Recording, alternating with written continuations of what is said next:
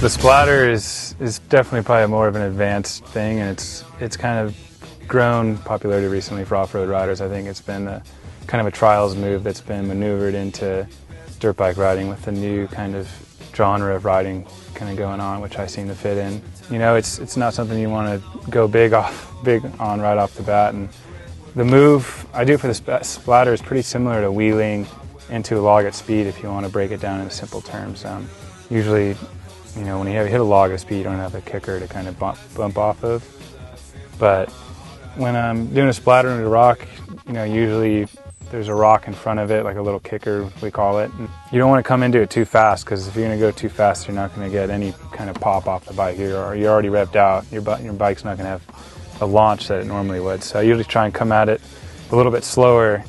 As I'm approaching the little kicker rock, I start compressing the suspension and squatting down into the bike to really make traction. And at the same time doing this, I'm pulling the clutch in and revving the bike to build power.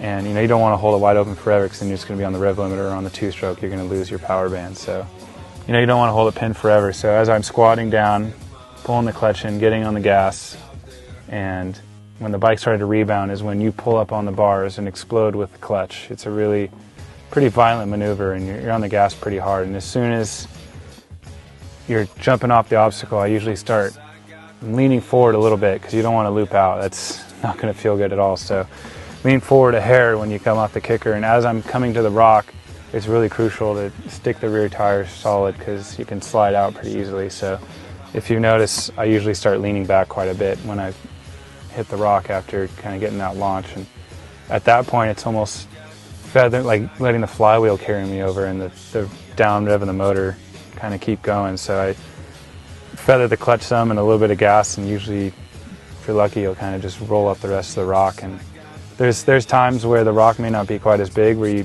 can hit it and roll up a little bit, and it's pretty important to make sure you can get on the rear brake quickly, because you know, might have a turn right afterwards or a hole on the other side to be aware of. So it's definitely a very advanced move, and a lot going on in a very short time period. So it's something to work on smaller obstacles. And so if you want to go and practice the splatter technique yourself, I recommend finding a rock and just you know, kind of by itself in an open field without anything on the backside or around it, because you know, it's tricky to learn at first, and you're going to have to kind of practice with how the bike reacts under a load and dumping the clutch. So you know, I recommend doing a little bit smaller of a rock and just kind of practicing that technique, and just keep moving forward from there.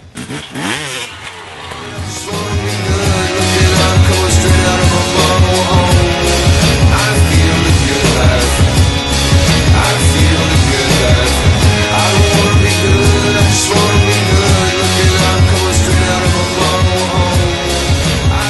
the good life in my